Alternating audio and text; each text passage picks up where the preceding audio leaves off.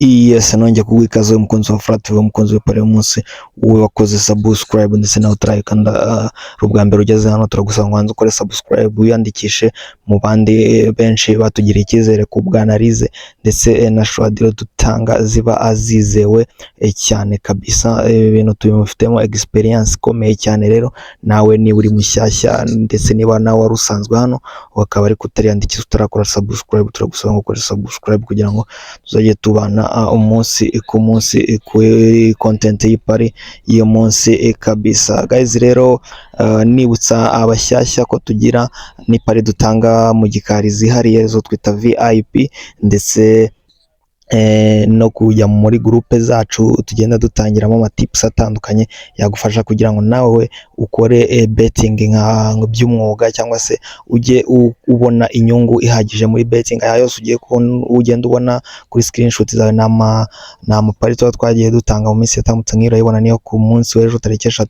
z'ukwezi kwa gatatu yari amafaranga atari make mu by'ukuri, correct score twari twabahaye ndetse n'izi zose urimo uragenda unyuzamo amaso nizo tugenda dutanga mu gikari kabisa, ziba azizewe sa amprusa.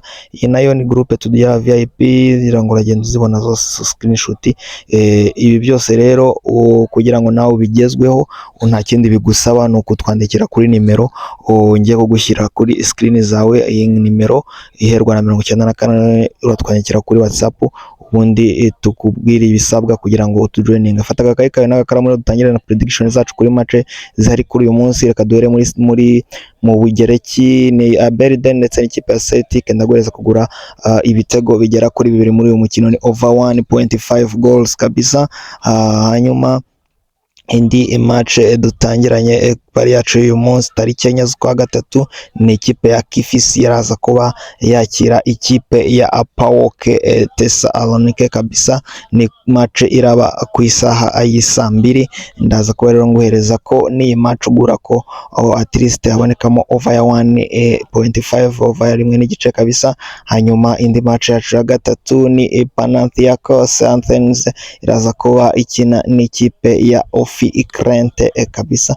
Ndaza rero kubanguhereza kugura double chance ya Panathinaikos mu rugo kabisa, biraza kuba bigenda neza. Hanyuma reka dite dukomereza no ku yindi match iracyari pari yo munsi, tubitsa ko ari na Premier League. Wowe gisabwa no kureba iyi video kugeza ku musozo. Hanyuma Riyad iraza kuba yakira ikipe ya Lask, turaza ko tuguhereza kugura over ya 1.5 muri uyu mukino, naho triste ko habonekamo 2 goals, iraza kuba bigenda neza. Hanyuma rero indi games tugiye kureba ni ikipe irahuza ikipe ya RB Salzburg ndetse n'ikipe ya Artach. Ndaza kwangwereza kugura win from Kogo ya RB Salzburg akabisa.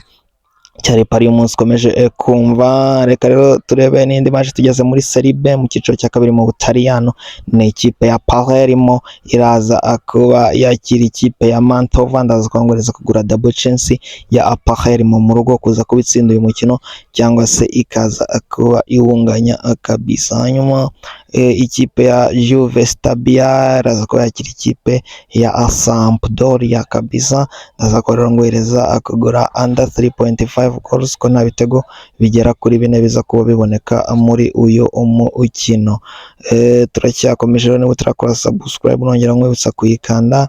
Ikipe ya Frosinone iraza kuba icakirana n'ikipe ya Pescara. Ndaza kwangwereza kugura double chance ya Frosinone kuza kubitsinda uyu mukino cyangwa se ikahonganyira. Cyari pari yo munsi rero komeje kugenda ukurikirana, nanjye turi gukomeza kugenda tubana.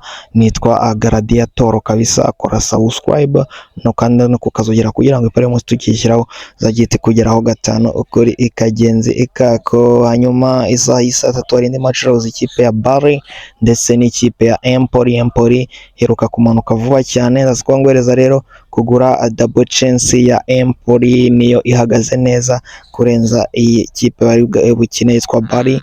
Ndaza rero kwangwereza double chance ya Empoli. Hanyuma turacyakomeje kabisa ni pari yacu yo munsi. gutsinda kwawe ni inyungu zacu kabisa, niyo ntego yacu. Hanyuma tugeze mu Butaliyano muri Serie A, hari akamace keza cyane karaza kuba gahuza ikipe ya Lazio Rome ndetse n'ikipe ya Atalanta cyangwa ite Alala kabisa, nayo isa nk'iyasubiye inyuma yagurishije abakinnyi bayo barakomeye. Ndaza kwangoreza kugura both team to score kuri la match rahuza Lazio ndetse na Atalanta ngo ayeho yes kabisa. Hanyuma indi match rero ni muri Bundesliga, muri shampiyona y'icyiciro cy'Ubudage, ni ikipe ya HSV iraza kuba icakirana n'ikipe ya Leverkusen kabisa. Ndaswangwereza kugura over 2.5 goals, no kugura ko at least uyu mukino ureka ibitego bigera muri 3 kabisa. Reka rero turebe indi match yacu ikurikira ku ipari y'umunsi, ni muri Copa del Rey semi final, haraba haca uwambaye kabisa no muri iyi match ndayigutuye kabisa. Nyuma yaho twari tubonye urajya wagiye finali ari we Atletico, hano rero turaza ko dushakura mukurikirana ndagoreza kugura ku uyu mukino ubonekamo amakarita 5, ni booking over 4.5 kabisa, niyo shwadiro nguhaye. Hanyuma iyi kipe ya tugeze muri Espagne muri La Liga, ikipe ya Rayo Vallecano iraza ko yakira ikipe ya Real Oviedo iri ku mwanya wa nyuma. Ndagureza double chance ya Rayo Vallecano kuza kubitsinda uyu mukino cyangwa se ikaza kuba iwunganya. Hanyuma muri FA ikipe ya Luton Town iraza kuba yakira ikipe ya Northampton kabisa. Ndaza kwangwereza kugura double chance ya Luton Town kabisa, kaza kuba bigenda neza kabisa. Hanyuma tugeze muri Premier League, shampiyona ya mbere ikomeye cyane kuri isi ya rurema kabisa, ni ikipe ya Newcastle United iraza kwakira ikipe ya Manchester United. Iya Karike imeze nabi cyane ariko twika bikomeye cyane. Ndaza kwangwereza ku both team to score yes muri no match kabisa, niyo shwadiro prediction nguhaye. Hanyuma ikipe ya Manchester City ikomeje kugenda mu mugongo ikipe ya Arsenal iraza kwakira ikipe ya Nottingham Forest hariya Etihad Stadium, nubwo ari abakinnyi b'imvune City ifite, ariko ndaza kwangwereza ko City idatakaza amanota winiform koko ya Manchester City, koko nta kosa hano rikwiye gukorwa kabisa. Hanyuma ikipe ya Fulham iraza kwakira ikipe ya West Ham United iri irwana cyane no kureba ko itazamanuka mu cyiciro cya kabiri, nubwo bisa nk'ibigoye cyane. Yo na Nottingham biri kuhatana cyane, iraza kujya kwa Fulham. Rero ndaskwangwereza ko uyu mukino nta bitego bine bibonekamo na under 3.5 goals kabisa. Hanyuma reka turebe match yacu ikurikira, ni kipe ya Brighton and Hove Albion, twizereyemo ko iza kuba hari ikikora kuri Arsenal nayo idashaka kuza gukora ikosa mu by'ukuri. Hano rero turaza kuba tugureza kugura ibitego bigera kuri 3 muri uyu mukino, ni over ya 2 n'igice.